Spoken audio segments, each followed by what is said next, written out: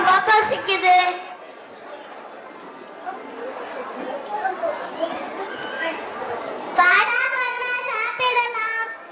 எனக்கு சாப்பாடு வேண்டாம், நான் வரமாட்டேன். அப்படியெல்லாம் சொல்லக்கூடாது மகனே. நல்லா சாப்பிட்டாதான் ஆரோக்கியமா இருக்க முடியும். வாப்பா. அனைவரும் போய் வந்து உணவை பரிமாறினார்கள். ராஜாவும் ராணியும் நன்றாக உணவை ரசித்து சாப்பிட்டார்கள். இளவரசர் சாப்பிடவில்லை. அதை பார்த்த ராணி,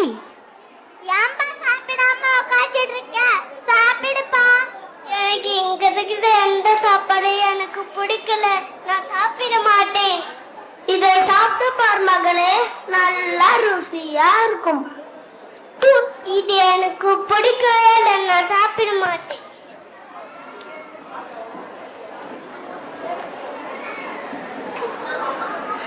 இதே போல் பல நாட்கள் கடந்தன. இளவரசர் மிகவும் அடம் பிடித்துக் கொண்டு சாப்பிடுவதையே நிறுத்திவிட்டார். இதை பார்த்த ராஜாவும் ராணியும் கவலை கொண்டனர். ஒரு நாள், தலைமை சமையல்காரரை கூப்பிடுங்கள்.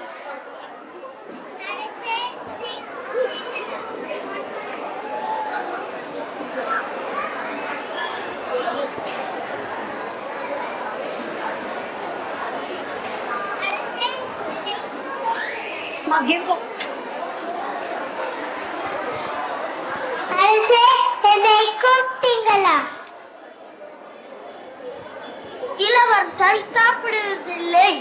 அவருக்கு பிடித்த மாதிரி புதிய வகை உணவை சமைத்து கொடுங்கள். ஒரு நாள் அவகாசம் தருகிறேன். நாளையும் இளவரசர் சாப்பிடவில்லை என்றால் உன்னை சிறையில் அடைத்து. சரிங்க ராஜா.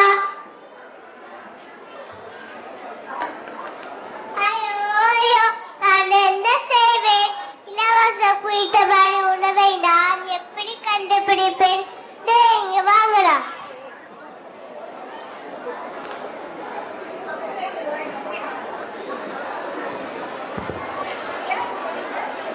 என்னங்கய்யா? இளவரசர் குறித்த மாதிரி உணவை செய்யாமல் போனால் நம்ம எல்லாரையும் ராஜா சிறையில போட்டு சொல்லிட்டார். அதனால நம்ம நிறைய சமைக்கணும். நீ வறுக்க தேவையெல்லாம் தயார் செய். தயார் செய். நீ வேக வைக்க தேவையெல்லாம் தயார். சரிங்க ஐயா.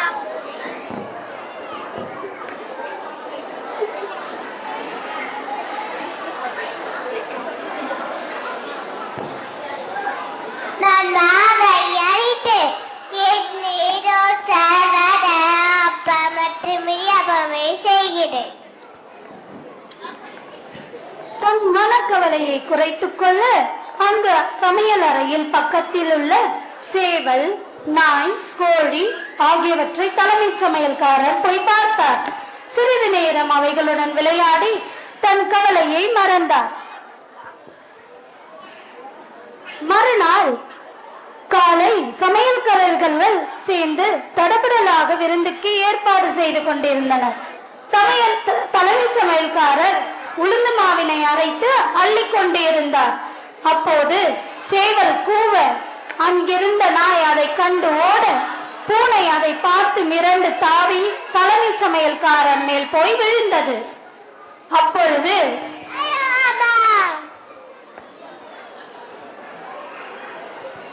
அவர் கையில் வைத்திருந்த மாவு உருண்டையாக அங்கிருந்த எண்ணெய் சட்டியில் போய் பொங் என்று விழுந்தது.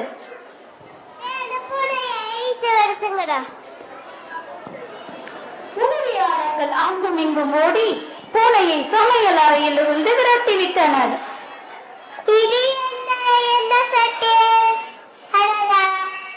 ரொம்ப நல்லா இருக்கே, எடுத்து சாப்பிட்டுதான் பார்ப்போம். நல்லா ருசியா இருக்கே, இதையே சாப்பிட கொடுப்போம். அவர் மாவை உருண்டை உருண்டையாக உருட்டி எண்ணெய் சட்டியில் போட்டு பொரித்து எடுத்தார். உணவருந்தும் மேடையில் எல்லா வகை புதிய உணவுப் பொருட்களையும் சமையல்காரர்கள் வந்து அடுக்கி வைத்தனர்.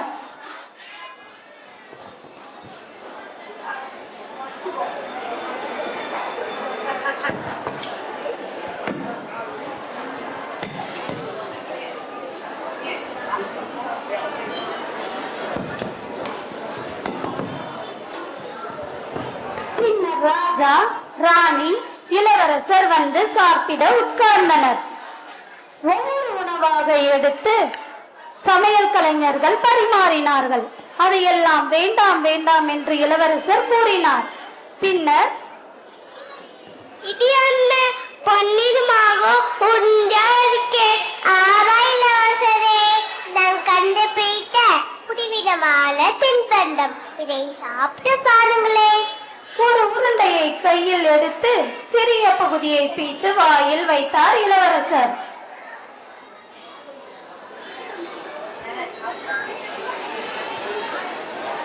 அடடா, இது மோடு மோடு இருக்கே, மென்மையாகவும் இருக்கே. எங்கே எனக்கு ஒண்ணு கூட சாப்பிட்டு தான் பார்ப்போம். நானும் எடுத்துக்கிறேன். நல்லா சுவையா இருக்கே. இதன் பேர் என்ன சமையல்காரரே? அப்பொழுது உருண்டையை வாயில் வைத்துக் கொண்டே இளவரசர் வண்டர்ஃபுல் வண்டர்ஃபுல் என்று கூறினார். ஆனால் அது மற்றவர்கள் காதில் வண்டர்ஃபுல் வண்டர்ஃபுல் என்று கேட்டது. அதை கேட்ட தலைமை சமையல்காரருக்கு டக் என்று ஒரு பெயர் தோன்றியது. இதன் பெயர் போண்டா அரசே. மிகவும் பிடிச்சிருக்கு. இனி இதை தான் 3 வரையும் சாப்பிடுவேன். இனி இந்த போண்டா தான் நம்ம அரசாங்க உணவு. எல்லா வேலையும் இதையே தயார் செய். சரிங்க ராஜா. அபாரா, என் தலை தப்பிட்டது. இனி ஜாலிதா. இந்த போண்டாவின் புகழ் ஊர் முழுவதும் பரவியது. அந்த ஊரில் வாழும் மக்கள் அனைவரும் போண்டாவை விரும்பி சாப்பிட ஆரம்பித்தார்கள். போண்டாவையே எப்போதும் சாப்பிட்டுக் கொண்டிருந்ததால் அங்கிருந்த அனைவரும் போண்டாவை போலவே கொழு கொழுவென்று குண்டாகி போனார்கள். அந்த ஊரின் வீடுகள் அனைத்தும் கதவுகள் எல்லாம் இடித்து வட்ட வடிவமாக மாற்றினார்கள். இதனால் ராஜா அந்த ஊருக்கு போண்டா பள்ளி என்று பெயரை மாற்றினார்.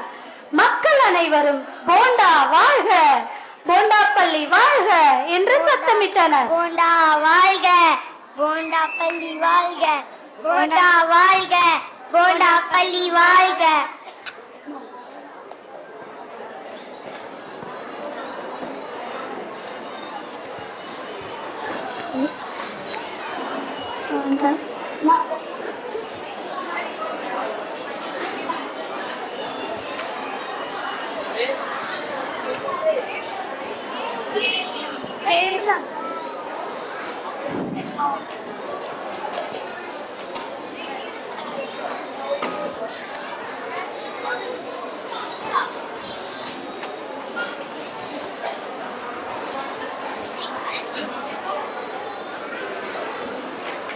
சில மாதங்களுக்கு பிறகு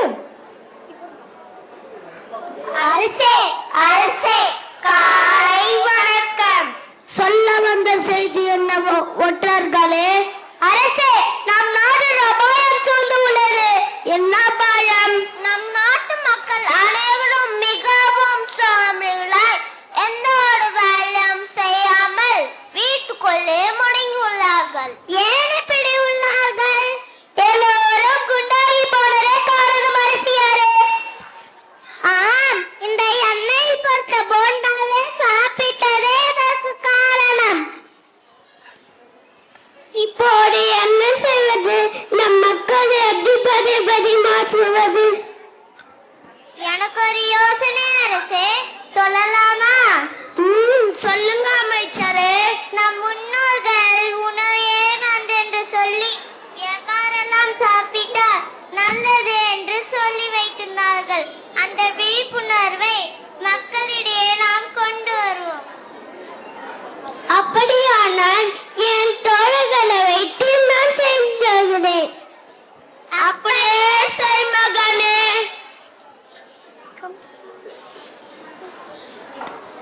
அவனுக்கு ஒரு மைக் கொடு, அவனுக்கு ஒரு மைக் கொடு. தண்டோர அடிப்பவன் போண்டா பள்ளியில் உள்ள அனைத்து தெருக்களிலும்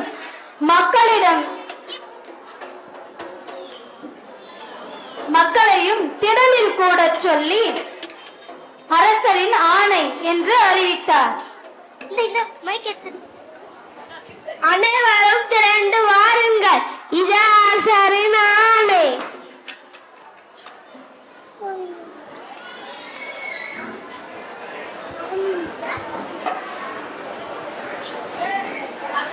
நம் நாட்டு மக்கள் அனைவரும் ஆரோக்கியத்துடன் வாழ வேண்டும் என விரும்புகிறேன்.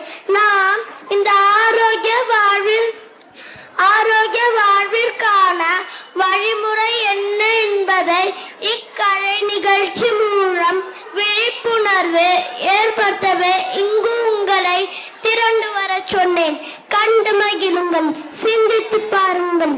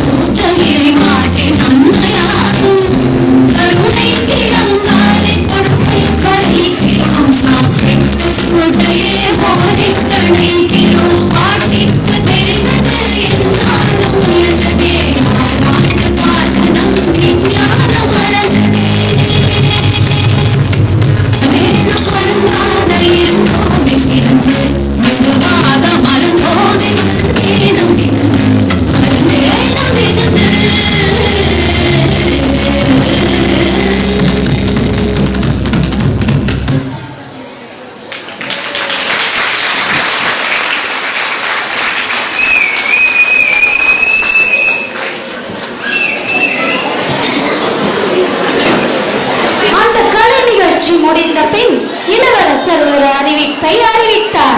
நம் நாட்டு மக்களுக்கு ஆரோக்கியமான பெற்றோர்களே, தயவு செய்து எழுந்து நில்லுங்கள்.